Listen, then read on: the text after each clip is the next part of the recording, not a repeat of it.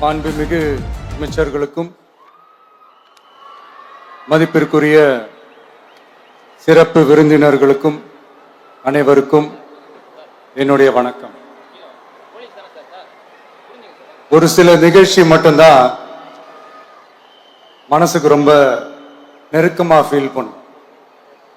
அதை நினைச்சாலே ரொம்ப சந்தோஷமா ஃபீல் பண்ணும்.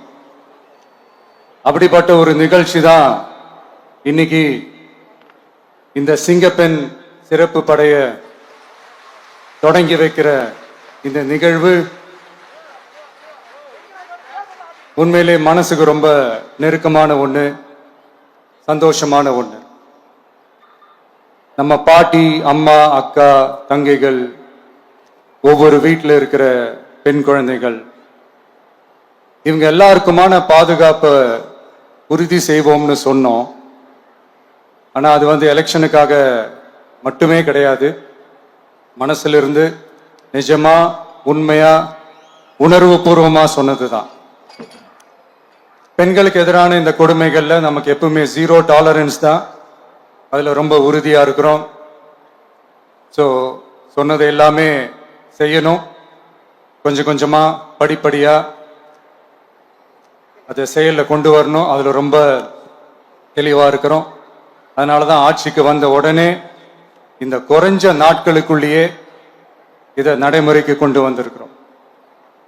தமிழ்நாட்டில் இருக்கிற பெண்கள், பெண் குழந்தைகள் எல்லாருமே பாதுகாப்பா, தன்னம்பிக்கையோடு இருக்கணும். அதுக்கான முதல் கட்டம் தான் இந்த ஸ்டெப். இது மனசுக்கு ஒரு மன நிறைவை கொடுத்தாலும், அதே நேரத்தில் பெண்களை பத்தின சில செய்திகள்லாம் கேட்கும் போது உண்மையிலே மனசு பதறுது, கண்ணு கலங்குது. அது கண்ட்ரோல் பண்ணவே முடியல. ஏன்னா நடக்கிற கொடுமைகள்லாம் யாருக்குங்க? நம்ம குடும்பத்தை சேர்ந்தவங்க தானே. எப்படி மனசு பதறாம இருக்கும்? அதனால பெண்களுக்கு எதிராக இதெல்லாம் ஏன் நடக்குது, எதுக்கு நடக்குதுன்றது மற்றவங்க மாதிரி ரீல்ஸ்லையும் இன்ஸ்டாலையும் தேடிட்டு இருக்க முடியாது. ரியாலிட்டியை புரிஞ்சுக்கணும். ஸோ இந்த பிரச்சனைகள்லாம் ஏன் நடக்குது அப்படின்றத அனலைஸ் பண்ணி பார்க்கும்போது சுத்தி சுத்தி பார்த்தீங்கன்னா ஒரே இடத்துல தான் நிற்குது. போதை பொருள் நடமாட்டம். அதை வேரோட பிடுங்கி எறியணும். இது 2026 போன மாசம் மே மாசம் 10ஆம் தேதி இந்த பிரச்சனை புதுசா முளைச்சு வந்துடல. இது பல வருஷமா இருக்கிற பிரச்சனை. பல வருஷமா இதை கண்டுக்காம விட்டதுதான் அந்த வேர் இவ்வளவு ஆழமா பரவி இருக்குது. இதை பல வருஷமா கண்டுக்காம விட்டது யாருன்றது நான் சொல்லிதான் உங்களுக்கு தெரியணும்னு அவசியம் இல்லை. அது உங்களுக்கே நல்லா தெரியும். இப்ப அதை பத்தி பேசியும் பிரயோஜனம் இல்லை. முதல்ல இந்த போதை பொருள் நடமாட்டத்தை வேரோட பிடுங்கி எறியணும். அப்படி எரிஞ்சாதான் இந்த பெண்களுக்கான இந்த சேஃப்டி ரொம்ப ஸ்ட்ராங் ஆகும். இது ரெண்டுமே ஸ்ட்ராங் ஆனாலே ஆட்டோமேட்டிக்கா சட்டம் ஒழுங்கும் சரியாகும். இந்த 3 விஷயம் சொன்னல, இந்த போதை பொருள் நடமாட்டம், பெண்களுக்கு எதிரான இந்த கொடுமை, இந்த சட்டம் ஒழுங்கு, இது 3மே ஒன்றுக்கு ஒன்று இன்டர்லிங்க்டு தான். இதுவும் இப்போ புதுசா வந்த பிரச்சனை கிடையாது. பல வருஷமா இது இன்டர்லிங்க்டா தான் இருக்குது. இதெல்லாம் ஏன், எதுக்குன்றது இப்போ முக்கியம் இல்லை. இது எப்படி சரி செய்ய போறோன்றது தான் முக்கியம். பட் அதே நேரத்தில் இன்னொன்னையும் நம்ம மனசுல எடுத்துக்கணும். இந்த பெண் குழந்தைங்களுக்கான இந்த பாதுகாப்பு இது வெறும் சட்டம் ஒழுங்கு சம்பந்தப்பட்டது மட்டும்தானா அப்படின்னு கேட்டீங்கன்னா இல்லை. இது சமூக ஒழுங்கும் சம்பந்தப்பட்டு இருக்கு. சமூக ஒழுகல தனி மனித ஒழுங்கும் சம்பந்தப்பட்டு இருக்கு. தனி மனிதன் ஒழுங்கா இருந்தாலே அந்த சமூகம் தன்னால மாறும். ஒரு கட்டுப்பாட்டோட, ஒரு பொறுப்பா இருந்தாலே இந்த மாதிரி பல பிரச்சனைகளை நம்ம கண்ட்ரோல் பண்ணலாம். படிக்கிற இடத்துல, வேலைக்கு போற இடத்துல, டிராவல் டைம்ல, ஆனா டெய்லி லைஃப்ல பயம் இல்லாம மரியாதையோட நம்ம பெண்கள் வாழணும். அதுக்கான ஒரு அட்மாஸ்பியரை நம்ம கிரியேட் பண்ணணும். அதுதான் நம்மளுடைய ஃபர்ஸ்ட் டார்கெட்டு. இவ்வளவு நேரம் நான் இதெல்லாம் ரொம்ப சாஃப்டா சொல்லிட்டு இருந்தேன். ஆனா பெண்களை தொந்தரவு செஞ்சுட்டு அப்படியே எஸ்கேப் ஆகி போயிடலான்னு நினைக்கிறவங்களுக்கு நான் ஒரு வார்னிங்காவே சொல்றேன். பெண்கள் பாதுகாப்பை டிஸ்டர்ப் பண்றவங்க யாரா இருந்தாலும் அது சகிச்சுக்கவே முடியாது. அவங்களுக்கான தண்டனைக்கான அந்த நடவடிக்கைகள் எல்லாமே போலீஸ் டிபார்ட்மெண்ட்ல இருந்து ரொம்ப கடுமையான ஒரு தண்டனையா இருக்கும். கடுமையான நடவடிக்கைகளா இருக்கும். அந்த தண்டனை, அவங்களுக்கான அந்த சார்ஜ் ஷீட் எல்லாமே ரொம்ப ஃபாஸ்டா, ஸ்பீடா அது செயல்படுத்தப்படும். என்ன ஒண்ணு, அந்த ஸ்பீட்ல நிரபராதிகள் யாரும் தண்டிக்கப்பட்டுறக்கூடாது. இதையும் காவல் அதிகாரிகள் மைண்ட்ல எடுத்துக்கணும்.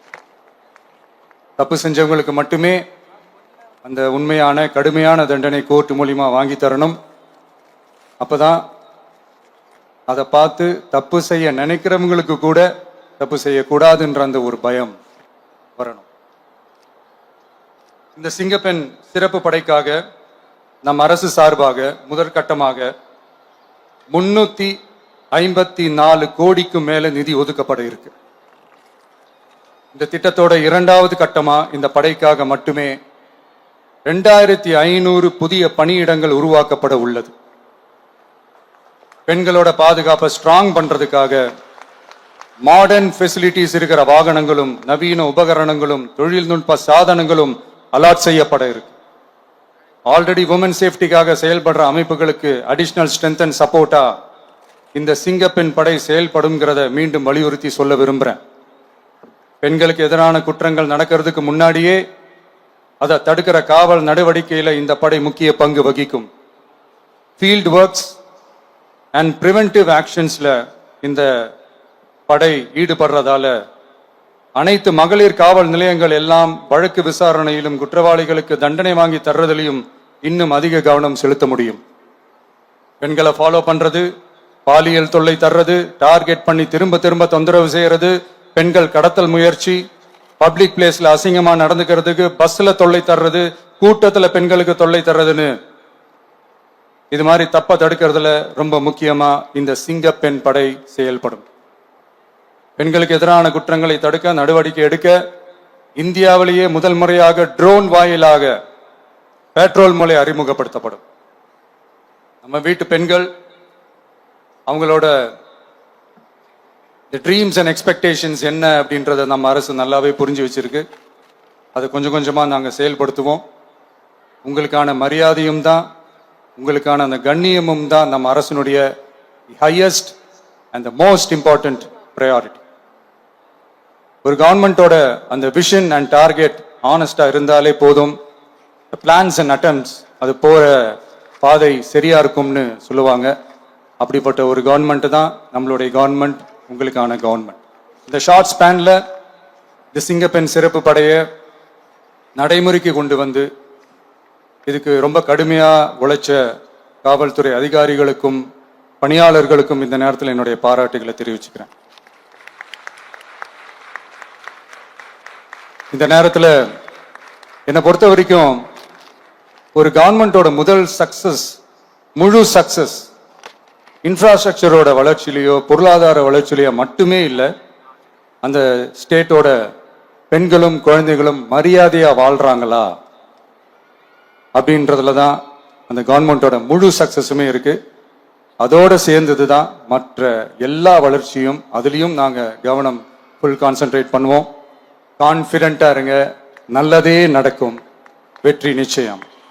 மீண்டும் சந்திக்கும் வரை நன்றி, வணக்கம்.